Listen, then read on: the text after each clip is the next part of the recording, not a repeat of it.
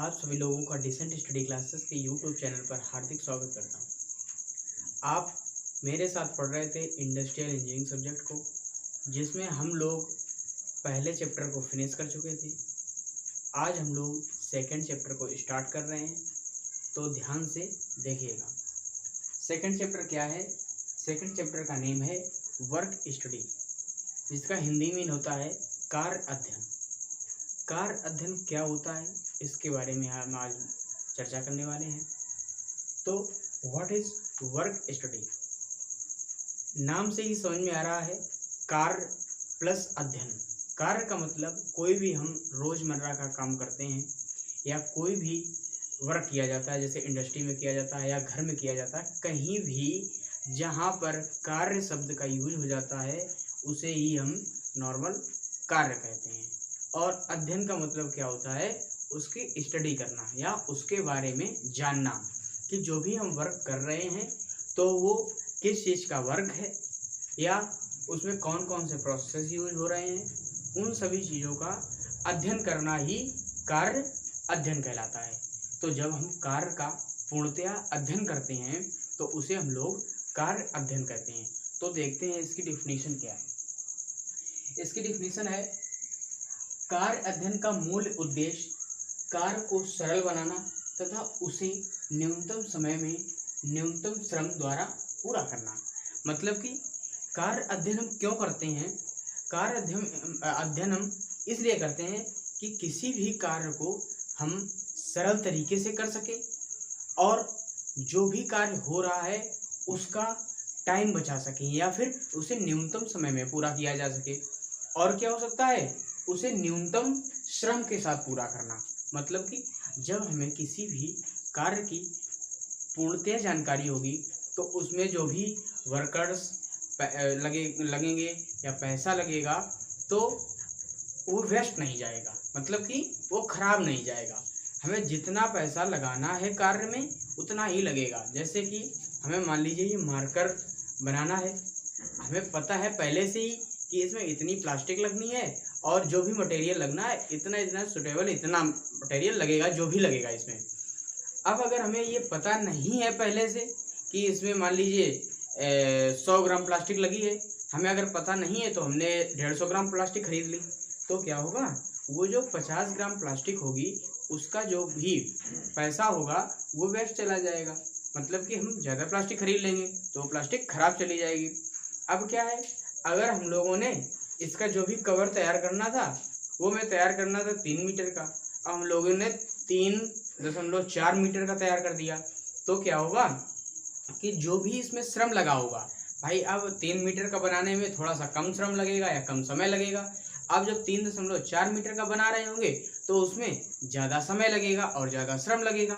तो क्या है, अगर हम कोई भी कार्य करने से पहले अगर हम उसका पूर्णतया अध्ययन कर लेते हैं या उसकी पूर्णतया जानकारी ले लेते हैं तो हमारा जो समय है, श्रम है और मनी है, इन 3 चीज़ों की बचत हो जाती है। मतलब कि ये खराब नहीं जाता है। तो आइए हम लोग आगे देखते हैं। आगे क्या है? यह मुख्य रूप से प्रबंधन तकनीकी है जो उत्पादन गतिविधियों की उन्नत करने के लिए प्रयोग की जाती है। ये क्या है? हम एक प्रकार से इसे दूसरे शब्दों में बोल सकते हैं कि ये एक मैनेजमेंट का भी प्रोसेस है। मैनेजमेंट का मतलब क्या होता है कि जो भी हम उत्पाद बना रहे हैं तो उसमें जो भी प्रोसेस वगैरह यूज होंगे, जो भी मटेरियल, मनी, जो जितना भी पार्ट या जितने भी कंपोनेंट्स यूज होते हैं किसी भी उत्पाद को बनाने में, उनको एक सुटेबल तरीके से मैनेज करना ही मैनेजमेंट कहलाता है। उनका प्रबंधन करना कि किस क्रम के बाद में कौन सा क्रम आना है। मतलब कि जो भी प्रोसेस वगैरह हो रहे हैं तो मान लीजिए पहले फिनिशिंग है, इसके बाद में ग्राइंडिंग आएगी, फिर इसके बाद में जो भी फिलेट वगैरह आएंगे, चेम्फरिंग दी जाएगी। तो ये क्या है, अगर एक क्रम में कर रहे हैं तो इन सब चीज़ों को ही हम मैनेजमेंट कहते हैं। तो क्या है, अगर हम किसी भी कार्य को पहले से ही स्टडी करके रखे होते हैं, मतलब कि पहले से ही हम उसका अध्ययन कर लेते हैं कि क्या है, कटिंग के बाद में ग्राइंडिंग आएगी, ग्राइंडिंग के बाद में फिलेट आएगा, फिलेट के बाद में चैम्फर आएगा, जो भी प्रोसेस वगैरह होते हैं। तो अगर हमें पहले से ही पता होंगे तो क्या है, समय भी कम लगेगा, पैसा भी कम लगेगा और मटेरियल भी वेस्ट नहीं होगा। तो क्या है, ये मैनेजमेंट ही तो हुआ कि हम पहले से ही इसकी पूर्णतया क्या स्टडी कर लिए और स्टडी करने के बाद में कार्य को स्टार्ट कर दिया। तो क्या हो गया कि ये एक प्रकार का क्या है, मैनेजमेंट भी है। आगे देखते हैं, जो उत्पादन गतिविधियों की उन्नत करने के लिए प्रयोग की जाती है। मतलब अब कोई भी उत्पाद हो रहा है, जब उसकी स्टडी वगैरह सारी कर ली गई, उसमें न्यूनतम समय लगा, न्यूनतम श्रम लगा, तो क्या है, जो भी हमारा वो उत्पादन है तो उसमें क्या होगा, उन्नति होगी। मतलब कि अधिक से अधिक उत्पादन हो पाएगा और कम समय में हो पाएगा, जिससे क्या है, हम लोगों को प्रॉफिट भी होगा, एक अच्छा खासा प्रॉफिट हो सकता है। इसलिए हम क्या करते हैं, कार्य का अध्ययन करते हैं। इसके प्रमुख उद्देश्य निम्नलिखित हैं। हम लोग देखते हैं कि इसके उद्देश्य क्या हैं। उद्देश्य पहले से ही आप लोगों को साफ साफ नजर आ रहे होंगे कि हम कार्य का अध्ययन क्यों करते हैं। हम लोग कार्य का अध्ययन इसलिए करते हैं जिससे कि क्या है, हमारा जो भी प्रोडक्ट तैयार हो रहा है वो न्यूनतम समय में तैयार हो, न्यूनतम श्रम के साथ तैयार हो और न्यूनतम पैसे के साथ तैयार हो। तो ये भी मेन उद्देश्य हो गए। तो हम लोग देख लेते हैं ये पॉइंट्स में क्या है। संयंत्र तथा उपकरण के अधिक प्रभावी प्रयोग। मतलब कि क्या है, अगर हम किसी भी कार्य की स्टडी पहले से ही करके रखे होंगे तो हम जो भी क्या है, संयंत्र या उपकरण जो भी यूज कर रहे हैं उसका हम सही तरीके से और एक सक्षम तरीके से उसका यूज कर सकते हैं, या उसका प्रभावी बोल सकते हैं। मतलब कि अधिक से अधिक वर्क लिया जा सके कम से कम समय में और कम से कम इफर्ट के साथ में। तो अगर हमें कार्य का अध्ययन नहीं करके रखे होंगे तो हमें पता ही नहीं चल पाएगा कौन से प्रोसेस के बाद में कौन सा प्रोसेस आना है या कौन सा मटेरियल कब यूज होना है। तो क्या है, हमारा संयंत्र जो होगा वो कोई वर्क मान लीजिए रुक गया कुछ समय के लिए, तो हमारा जो संयंत्र है उसका भी पूर्णतया प्रयोग नहीं हो पाएगा, और जो उपकरण उसमें जो भी यूज हो रहे हैं वो भी कुछ समय के लिए रेस्ट में आ जाएंगे। मतलब कि क्या है, उन पे कोई भी वर्क नहीं होगा, तो इसका अधिक प्रभावी प्रयोग नहीं हो पाएगा। अगर हम लोग क्या है, वर्क की स्टडी कर लेते हैं पहले से ही, तो उसका जो अधिक प्रयोग होता है वो हम अधिक से अधिक प्रयोग कर लेते हैं। किसका, संयंत्र और उपकरण का प्रयोग। तो अगला पॉइंट देखते हैं। अगला पॉइंट है मानव प्रयासों के अधिक प्रभावी प्रयोग। अब मान लीजिए हमने किसी भी कार्य की स्टडी नहीं की है पहले से, तो वो जब हम कार्य कर रहे होंगे उसमें अगर कुछ रुकावट आ गई तो उस समय जो भी हमारा श्रम होगा या फिर मानव जो भी उसमें मानव का प्रयास या इफर्ट लग रहा होगा, तो उन लोगों को रेस्ट में आराम से बैठने को मिल जाएगा। वो लोग क्या करेंगे, वेट करेंगे कि कौन सी कमांड के बाद में हमें कौन सी कमांड देनी है। अगर हमें कमांड मिल रही है तो हम वर्क करेंगे, नहीं मिल रही है तो आराम से बैठे हैं। तो क्या है, अगर हमने कार्य की स्टडी पहले से नहीं की होगी तो हमारे जो भी मानव प्रयास हैं या मानव इफर्ट जो भी लगता है उसका प्रयोग सही से नहीं हो पाएगा। तो समझ में आया आप लोगों को। तो हम लोग आगे देखते हैं। आगे क्या है, मानव कार्यों का मूल्यांकन। अब अगर क्या है, हम लोग पहले से ही वर्क की स्टडी कर लेते हैं तो हमें पहले से ही पता चल जाता है कि यह कितने समय में तैयार होगा, कितने दिनों में तैयार होगा और कितने श्रम के साथ तैयार होगा। मतलब कि इसमें कितना जो भी ह्यूमन इफर्ट होगा, मानव प्रयास होगा, वो कितना लगेगा। अगर हमें इन सब चीज़ों की पहले से ही जानकारी हो जाती है तो हम लोग क्या है, उतना ही श्रमिक मतलब उतना ही मानव प्रयास उसमें लगाते हैं। मतलब कि अगर 2 लोगों की आवश्यकता है तो हम 2 लोगों को ही लगाएंगे। 2 लोगों को जब लगाएंगे तो उनका जो मूल्यांकन होगा, मतलब कि उनकी जो भी स्किल वगैरह चेक करनी है। भाई किसी भी कंपनी में जब वर्कर वर्क कर रहे होते हैं तो उन्हें सैलरी सिर्फ नहीं दी जाती है, बल्कि क्या है, उनकी स्किल भी चेक की जाती है, जिससे उनका क्या है, प्रमोशन वगैरह हो सके या फिर वो अच्छे कार्य के लिए लगाए जा सकें। ठीक है, इन सब चीज़ों का मूल्यांकन हम कब कर पाएंगे, जब हम किसी भी वर्क की स्टडी करेंगे। तो आप लोगों को इतना समझ में आया होगा। तो हम लोग आगे देखते हैं। आगे क्या है, आगे कार्य अध्ययन के उद्देश्य। मतलब क्या है, इम्पोर्टेंस इसकी क्या है। जो भी कार्य का उद्देश्य है वो मतलब किस लिए कार्य का अध्ययन किया जाता है। तो देखते हैं आगे क्या है। आगे यह कार्य को पुनर्संगठित करके किसी उद्योग की उत्पादकता में वृद्धि करने का माध्यम है। मतलब कि ये जो वर्क स्टडी है इसका मूल उद्देश्य ये है कि हम कार्य को एक सुनिश्चित या सही तरीके से करें, जिससे क्या होगा, उद्योग की उत्पादकता मतलब कि जो भी प्रोडक्टिविटी होगी, मतलब कि उत्पादन क्षमता, जो भी प्रोडक्ट बनाने की दर होगी, मतलब कितने अधिक से अधिक प्रोडक्ट तैयार हो सकें, तो उनमें क्या होगी, वृद्धि होगी। किसके द्वारा, वर्क स्टडी के द्वारा। अगला क्या है, अगला है ये मशीनों तथा प्रक्रमों आदि के उचित चयन तथा मशीनों के उचित प्रयोग द्वारा उत्पादन की लागत कम करने में मदद करता है। भाई देखिए यहाँ पे हम लोगों ने क्या देखा था कि जो भी संयंत्र और उपकरण के अधिक प्रभावी प्रयोग द्वारा प्रयोग होता है, इससे किससे, वर्क स्टडी से। अब क्या है, अगर हमने वर्क स्टडी पहले से ही कर रखी होगी तो जो भी उसमें मशीन्स वगैरह प्रयोग हो रही हैं या फिर उपकरण वगैरह प्रयोग हो रहे हैं, तो वो क्या है, एक सही तरीके से यूज होंगे और उनका जो भी टाइम पीरियड होगा या फिर उनका जो भी प्रयास होगा वो व्यर्थ नहीं जाएगा, जिससे क्या है कि उनकी जो कम लागत में मदद करता है। मतलब कि जो भी प्रोडक्ट तैयार होगा वो हमारा कम लागत का भी तैयार हो जाएगा, ठीक है, और उससे क्या होगा, जो भी हमारा संयंत्र है उसकी उत्पादकता भी बढ़ेगी, ठीक है। तो अगला पॉइंट देखते हैं। अगला पॉइंट क्या है, शारीरिक बीमारियों एवं थकान में कमी आती है। ये भी एक अत्यधिक महत्वपूर्ण पॉइंट है। शारीरिक बीमारियों से ले लेते हैं सबसे पहले, शारीरिक बीमारियां। अब मान लीजिए हम किसी भी संयंत्र में कोई प्रोडक्ट तैयार कर रहे हैं, तो उसमें क्या है, जहरीली गैसें भी हो सकती हैं, उसका जो धुआं होगा वो भी हमारे लिए हानिकारक होगा।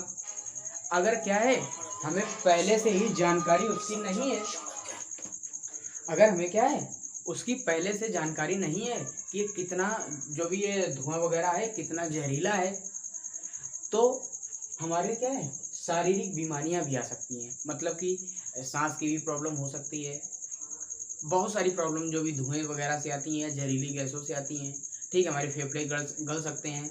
तो हमें अगर पहले से ही पता रहेगा कि इसमें कौन सी जहरीली गैसेस वगैरह यूज हो रही हैं, तो उसका हम पहले से ही इंतजाम करके रखेंगे, मतलब मास्क वगैरह प्रॉपर्ली लगा लेंगे और जो भी धुएं वगैरह से या जहरीली गैसों से बचाव के लिए उपाय होते हैं वो पहले से कर रखेंगे।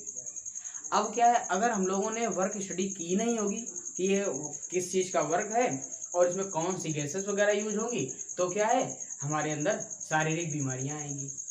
और थकान से बचने के लिए, मतलब इसमें क्या है, थकान में कमी किस प्रकार से, मान लीजिए कि ये 2 किलो का है, मार्कर मान लीजिए ये 2 किलो का है, तो अगर हमें पहले से ही नहीं पता रहेगा कि ये 2 किलो का है और मान लीजिए हमें मेरी जो क्षमता है वो वजन उठाने की वो 1 किलो की है, अब क्या करेंगे, हम लोग इसे ज़बरदस्ती उठाएंगे। जब ज़बरदस्ती उठाएंगे तो उससे क्या होगा कि हमारे शरीर में पेन वगैरह होगा, थकान आएगी। अब अगर हमें पता है कि 2 किलो का है तो हम उसके लिए क्रेन वगैरह का यूज कर लेंगे, समझ में आया। अब मान ये 2 किलो का नहीं, अब ये ज़्यादा वेट हो जाएगा, तो समझ में आ गया होगा लोगों को। तो देखते हैं आगे क्या है, श्रमिकों को उनके कार्य की अधिक मजदूरी मिलती है। ये भी एक क्या है, अगर हमें प्रोडक्टिविटी को इंक्रीज करना है, किसी भी संयंत्र की प्रोडक्टिविटी को इंक्रीज करना है, तो उसमें जो भी श्रमिक यूज हो रहा है या श्रम यूज हो रहा है या मानव शक्ति जो भी यूज हो रही है, उसे क्या है, खुश करके चलना पड़ेगा। मतलब क्या है, उसे कोई भी प्रॉब्लम ना आए, तभी हमारे संयंत्र की क्या प्रोडक्टिविटी बढ़ेगी, ठीक है। तो इस पॉइंट में क्या है, श्रमिकों को उनके कार्य की अधिक मजदूरी मिलती है। अब कोई भी वर्क स्टडी हमने किसी भी वर्क स्टडी करके पहले से ही रखी होगी, तो उनको क्या है, बिल्कुल निश्चित वर्क मिलेगा कि हाँ ये कर दिया आपको इतनी सैलरी, ये कर दिया आपको इतनी सैलरी, ये कर दिया आपको इतनी सैलरी।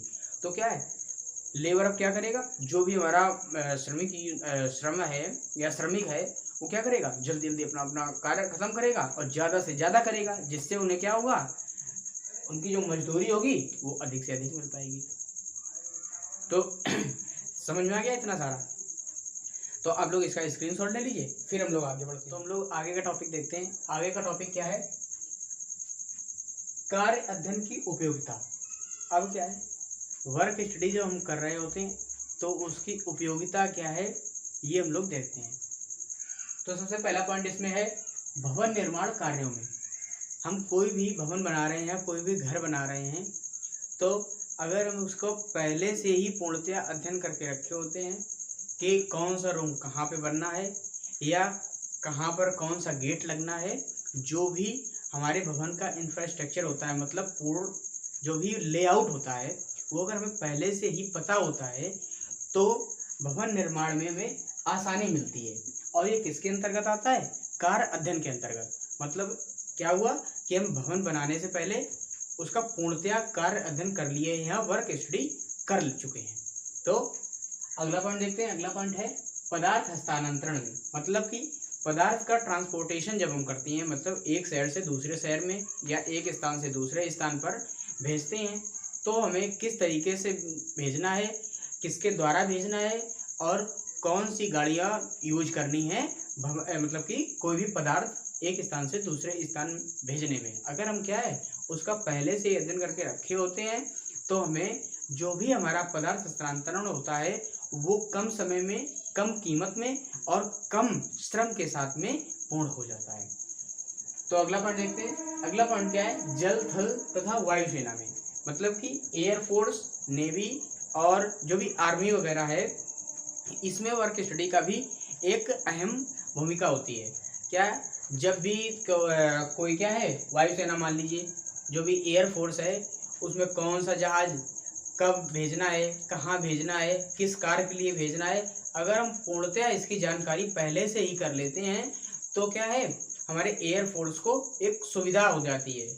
और जिससे क्या है कि समय भी बच जाता है और श्रम भी बचता है और हमारी जो भी लागत लगती है, लागत में पैसा लगता है, वो भी बच जाता है। ये किसके अंतर्गत होता है, ये वर्क स्टडी के अंतर्गत होता है। तो अगला पॉइंट देखते हैं। अगला पॉइंट क्या है, गृह कार्यों में। जो भी हमारे गृह कार्य होते हैं, डेली रोज के कार्य होते हैं, मतलब कि घरों में खाना कब बनना है और क्या बनना है, कौन सी सब्जी लानी है, या कोई भी कार्य है घर के अंदर, जो भी कार्य होते हैं घर में, अगर उनका हमें क्या है उनका पूर्णतया हम उनका अध्ययन कर लेते हैं तो हमें क्या होती है, उसमें आसानी हो जाती है। तो अगला पॉइंट देखते हैं। अगला पॉइंट क्या है, बैंकों एवं अस्पतालों में। बैंक भी जो भी हमारे वर्क होते हैं उनके में पहले से ही पूर्णतः स्टडी करके रखनी चाहिए। और जो भी अस्पताल हैं उनमें क्या है, जो भी हमारे कार्य होते हैं, मतलब कि मरीज को देखना है, एक स्थान से दूसरे स्थान पर रिफ़र करना है, कब ऑपरेशन करना है, जो भी कार्य होते हैं कहाँ पे, अस्पताल में, तो उनका हमें पहले से ही पूर्णतः अध्ययन करके रखना चाहिए। जिससे क्या है हमारा जो भी अस्पताल का मैनेजर वगैरह है, तो उसे क्या होगी, एक जो भी श्रमिक की वो भी सैलरी वगैरह होगी, उसे निर्धारण में आसानी मिलेगी, कम समय लगेगा और लाभ भी अधिक से अधिक होगा। तो ये पॉइंट्स आप लोगों को समझ में आ गए होंगे। तो हम लोग देखते हैं अगला टॉपिक है। अगला टॉपिक है कार्य अध्ययनकर्ता के आवश्यक गुण। अब क्या है, जो भी हमारा कार्य अध्ययन करता है, मतलब कि जो भी क्या है वर्क स्टडी कर रहा है, किसी भी कार्य की वर्क स्टडी जो भी कर रहा है, उस व्यक्ति के क्या सावधानियां उसके द्वारा, मतलब कि उसके आवश्यक गुण कौन से हैं, उन पर भी हम चर्चा करते हैं। तो जो भी हमारा कार्य अध्ययन करता व्यक्ति है, जो भी पूरा लेआउट तैयार कर रहा है किसकी, वर्क स्टडी के, तो उसके जो भी गुण हैं वो निम्नलिखित हैं। आगे क्या है, एक व्यक्ति जो कार्य अध्ययन करता है उसमें तकनीकी योग्यता के साथ साथ निम्न गुणों का भी होना चाहिए। मतलब उसमें जो भी टेक्निकल एबिलिटी है उसके साथ साथ ये जो हमारे गुण हैं ये भी होने चाहिए। तो देखते हैं कौन से गुण है, वह शोध, मतलब रिसर्च, विकास एवं नएपन का इच्छुक होना चाहिए। मतलब क्या हुआ इसका, वह शोध की नई नई रिसर्च में उसका मन लगना चाहिए। मतलब कि क्या है, अगर ये मार्कर इस तरीके का बना हुआ है तो इसमें कुछ ऐसा सुधार कर दिया जाए जिससे हमें लिखने में आसानी हो जाए, या जो भी रिसर्च करे वो एक ऐसी रिसर्च करे जो मानव हित के लिए एक लाभकारी हो। तो क्या है, जो भी व्यक्ति होना चाहिए अध्ययन करता, जो भी वर्क स्टडी कर रहा है, तो वो क्या है, शोध या फिर रिसर्च के और उसका मन अधिक से अधिक होना चाहिए। और विकास एवं नएपन, मतलब कि नई नई चीज़ों का उसे खोज करने में, मतलब नई नई चीज़ों में उसे खोज करने में मन लगना चाहिए। मतलब डेली ना डेली कुछ ना कुछ वो नई चीज़ों की खोज करे और उन्हें अप्लाई करे या फिर उसका उत्पादन करे। अगला पॉइंट क्या है? अगला पॉइंट है वह तकनीकी ज्ञान से परिपूर्ण एवं अनुभवी होना चाहिए। जो भी अध्ययन करता है या फिर कार्य अध्ययन करता है, उसकी जो भी टेक्निकल एबिलिटी हो, वो क्या हो, उस टेक्निकल एबिलिटी में माहिर हो। मतलब कि हर प्रकार की उसे टेक्निक्स पता हो कि कौन सी टेक्निक कब अप्लाई करनी है, जिससे हमारा वर्क क्या है, आसान हो जाए और कम पैसे में और कम समय में तैयार हो जाए। ये भी गुण होना चाहिए किसके अंदर, जो भी हमारा वर्क स्टडी मैन है या फिर वर्क स्टडी अध्ययन करता है। अगला क्या है, दूरदर्शी लीडर इच्छा शक्ति से परिपूर्ण होना चाहिए। मतलब दूरदर्शी क्या है, लंबा सोचे, मतलब आगे से आगे पहले से ही सोच के रखे कि अगर हम ये वर्क कर रहे हैं तो इसका पूर्णतः परिणाम क्या प्राप्त होगा, ये लाभदायक होगा या हानिकारक होगा, कम पैसे में तैयार होगा या अधिक पैसे में तैयार होगा। इन सब चीज़ों को वो पहले से ही सोच सकता हो, मतलब दूरदर्शी हो। अगला क्या है, लीडर, मतलब कि वो टीम लीडर का भी वर्क कर सके। अब कोई एक व्यक्ति है, अगर उसके अंडर में मान लीजिए 5-6 श्रमिक लगे हुए हैं, लेबर लगे हुए हैं, अगर वो उन्हें सही से लीड ही नहीं कर पा रहा है या उनसे सही से वर्क ही नहीं ले पा रहा है, तो क्या है, वो वर्क स्टडी आसानी से नहीं कर पाएगा। क्यों नहीं कर पाएगा? मान लीजिए अगर उसने वर्क स्टडी करके रखी है कि हमने 4 जो भी वर्क हमें, मतलब प्रोडक्शनिंग जिसकी भी करनी है वो 4 दिन में करनी है। अब क्या है, जो भी उसमें श्रमिक यूज हो रहे हैं, अब उनको क्या है, अपने मन के अनुसार वो चला ही नहीं पा रहा है, तो क्या है, वो वर्क जो भी है 4 दिन वाला 5 दिन में भी हो सकता है, 6 दिन में भी हो सकता है। तो क्या है, उसमें लीडर के भी गुण होने चाहिए कि वो अपने हिसाब से श्रमिकों को चला सके। अगला पॉइंट है वो इच्छा शक्ति से परिपूर्ण होना चाहिए।